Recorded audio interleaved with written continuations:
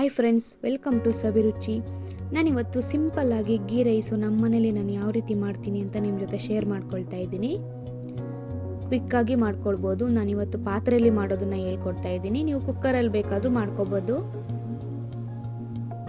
ಕುರ್ಮಾ ಜೊತೆ ಮತ್ತು ದಾಲ್ ಜೊತೆ ತುಂಬ ಚೆನ್ನಾಗಿರುತ್ತೆ. ಅಥವಾ ನಾನ್ ವೆಜ್ ಲವರ್ಸ್ಗಾದರೆ ಚಿಕನ್ ಫ್ರೈ ಮತ್ತು ಮಟನ್ ಸಾಂಬಾರು ಯಾವುದ್ರ ಜೊತೆ ಬೇಕಾದರೂ ಹೊಂದ್ಕೊಳ್ಳುತ್ತೆ.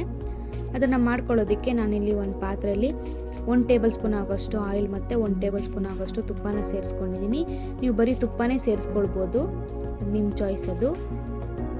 ಇಲ್ಲಿ ನಾನು ಒಂದು 8ರಿಂದ 10 ಗೋಡಂಬಿ, ಕಸೂರಿ ಮೇಥಿ, ಹಾಗೆ ಸಾಸಿವೆ, ಪಲಾವ್ ಎಲೆ, ಚಕ್ಕೆ, ಲವಂಗ, ಮೊಗ್ಗು ಇವೆಲ್ಲ ಸೇರಿಸ್ಕೊಂಡಿದ್ದೀನಿ.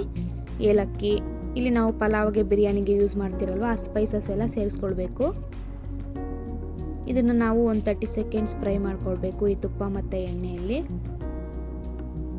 ಇವಾಗ ನಾನಿಲ್ಲಿ ಒಂದು ದೊಡ್ಡ ಸೈಜ್ ಈರುಳ್ಳಿ ಮತ್ತು ಒಂದು 8ರಿಂದ 10 ಹಸಿಮೆಣಸಿನ್ಕಾಯಿ, ಸ್ವಲ್ಪ ಕರಿಬೇವನ್ನ ಸೇರಿಸ್ಕೊಂಡು ಫ್ರೈ ಮಾಡ್ಕೊಳ್ತಾ ಇದ್ದೀನಿ. ನಿಮಗೆ ಲೈಟಾಗಿರಬೇಕು ಅಂದರೆ ಮೆಣಸಿನ್ಕಾಯಿ ಸ್ವಲ್ಪ ಕಡಿಮೆ ಮಾಡ್ಕೊಳ್ಳಿ. ನನಗೆ ಒಂದು ಸ್ವಲ್ಪ ಸ್ಪೈಸಿ ಆಗಿರಬೇಕು, ಅದಕ್ಕೋಸ್ಕರ 8ರಿಂದ 10 ಸೇರಿಸ್ಕೊಂಡಿದ್ದೀನಿ.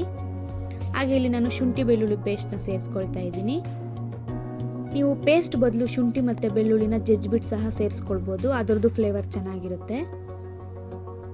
ನೋಡಿ, ಫ್ರೈ ಆಗಿದೆ. ನಾನಿಲ್ಲಿ 3/4 kg ಆಗೋಷ್ಟು ಅಕ್ಕಿನ ತೊಳೆದ್ಬಿಟ್ಟು ಸೇರಿಸ್ಕೊಳ್ತಾ ಇದ್ದೀನಿ.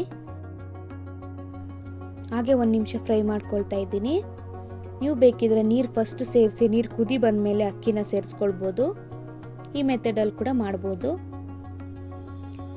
ಇಲ್ಲಿ ನಾನು ತೆಂಗಿನಕಾಯಿನ ಗ್ರೈಂಡ್ ಮಾಡಿಕೊಂಡು ಅದರಿಂದ ಹಾಲು ತೆಗೆದು ಅದನ್ನು ಸೇರಿಸ್ಕೊಳ್ತಾ ಇದ್ದೀನಿ. 1 ಕಪ್ ನೀರು ಮತ್ತು 1 ಕಪ್ ತೆಂಗಿನ ಹಾಲನ್ನು ಸೇರಿಸ್ಕೊಂಡಿದ್ದೀನಿ. ಇಲ್ಲಿ ನಾನು 1:2 ಕ್ವಾಂಟಿಟಿಯಲ್ಲೇ ತೊಗೊಂಡಿದ್ದೀನಿ ಅಕ್ಕಿ ಮತ್ತು ನೀರನ್ನು. ನಿಮಗೆ ಅನ್ನ ಸ್ವಲ್ಪ ಸಾಫ್ಟ್ ಆಗಬೇಕಂದ್ರೆ 1/4 ಕಪ್ ಎಕ್ಸ್ಟ್ರಾ ಸೇರಿಸ್ಕೊಳ್ಬೋದು. ನನಗೆ ಸ್ವಲ್ಪ ಉದುರುದ್ರಾಗಿ ಬೇಕು ಅಂದ್ಬಿಟ್ಟು 1:2 ಕ್ವಾಂಟಿಟಿಯಲ್ಲೇ ತೊಗೊಂಡಿದ್ದೀನಿ. ಹಾಗೆ ರುಚಿಗೆ ತಕ್ಕಷ್ಟು ಉಪ್ಪನ್ನು ಸೇರಿಸ್ಕೊಂಡು ಮಿಕ್ಸ್ ಮಾಡ್ಕೊಳ್ತಾ ಇದ್ದೀನಿ.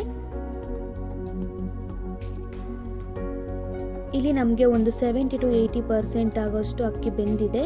ಇವಾಗ ನಾನು ಫೈನಲ್ ಆಗಿ ಕೊತ್ತಂಬರಿ ಸೊಪ್ಪನ್ನ ಆ್ಯಡ್ ಮಾಡ್ಕೊಳ್ತಾ ಇದ್ದೀನಿ. ನೀಟಾಗಿ ಮಿಕ್ಸ್ ಮಾಡಿಕೊಂಡು ನಾವು ಪ್ಲೇಟ್ನ ಕ್ಲೋಸ್ ಮಾಡಿ ಇವಾಗ ಒಂದು 5ರಿಂದ 10 ನಿಮಿಷ ನಾವು ಫುಲ್ಲು ಸಿಮ್ಮಲ್ಲಿ ಇಟ್ಬಿಟ್ಟು ಬಿಡಬೇಕಾಗುತ್ತೆ. ಫುಲ್ ದಮ್ ಆಗುತ್ತೆ ಆವಾಗ. ನೋಡಿ, ಗೀ ರೈಸ್ ರೆಡಿ ಆಗಿದೆ. ಇದು ವೆಜ್ ಕುರ್ಮಾ ಜೊತೆ ಮತ್ತು ದಾಲ್ ಜೊತೆ ಅಥವಾ ಚಿಕನ್ ಫ್ರೈ, ಮಟನ್ ಫ್ರೈ ಯಾವುದ್ರ ಜೊತೆ ಬೇಕಾದರೂ ತುಂಬ ಚೆನ್ನಾಗಿರುತ್ತೆ. ನಿಮಗೇನಾದರೂ ಈ ರೆಸಿಪಿ ಇಷ್ಟ ಆಗಿದರೆ ಲೈಕ್ ಮಾಡಿ, ಶೇರ್ ಮಾಡಿ, ನನ್ನ ಚಾನಲ್ನ ಸಬ್ಸ್ಕ್ರೈಬ್ ಮಾಡ್ಕೊಳ್ಳಿ. Thanks for watching.